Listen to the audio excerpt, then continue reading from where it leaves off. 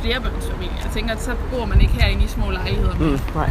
Eller studerende. Det er sådan det, jeg forbinder med det. Enten helt nye familier eller studerende faktisk, tror jeg. Ja, der ligger nogle ret fine butikker, som har noget af det, som der ikke er så mange, der har endnu.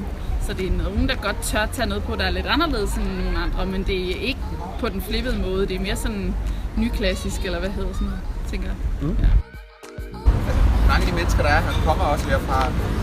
Og derfor bliver det lidt anderledes, hvis man for eksempel kommer ind til City, hvor der kommer måske flere forskellige typer.